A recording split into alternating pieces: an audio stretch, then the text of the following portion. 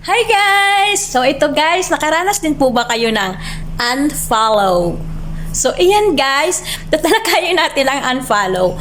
So mayroon po talagang mga tao guys na i-follow tayo tapos pag hindi po tayo nagustuhan, i-unfollow na po tayo or kunwari i-follow lang tayo pero unfollow tayo para kunwari i-follow natin sila. So di ba ganyan? So ang saya, di ba? So yung mga nag-unfollow sa atin guys, hayaan lang po natin 'yan.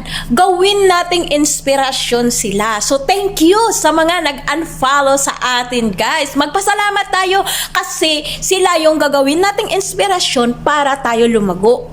Ganun lang ang buhay. Huwag natin masyadong i-stress yung sarili natin na porket in-unfollow tayo, magagalit tayo or ano. No, hindi po yun ang basihan. Gawin po natin silang inspirasyon kasi hindi naman po sila kawalan. Bakit?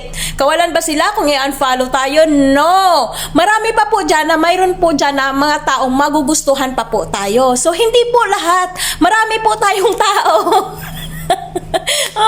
Ano ba yan? So marami po tayo, milyon po ang tao sa mundo. So ayan, ilan lang ba yung nag-unfollow sa inyo at sa atin or sa akin? Sa akin, ayan, mayroon akong unfollow dyan. So hindi po yan sila kawalan sa atin guys. No way. Hindi tayo magpapadala sa mga ganyan-ganyan nila. So attitude sila. So okay lang yan.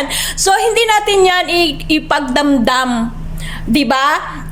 So, tuloy-tuloy lang tayo, never mind yung mga nag-unfollow sa atin. At marami pa pong mag-follow sa atin, guys. So, maniwala po tayo. Believe yourself. Ganyan kung sa English pa. Wow, naka-English ako. So, ayan lang, guys. Wag natin i-stressin yung sarili natin sa mga unfollow na yan.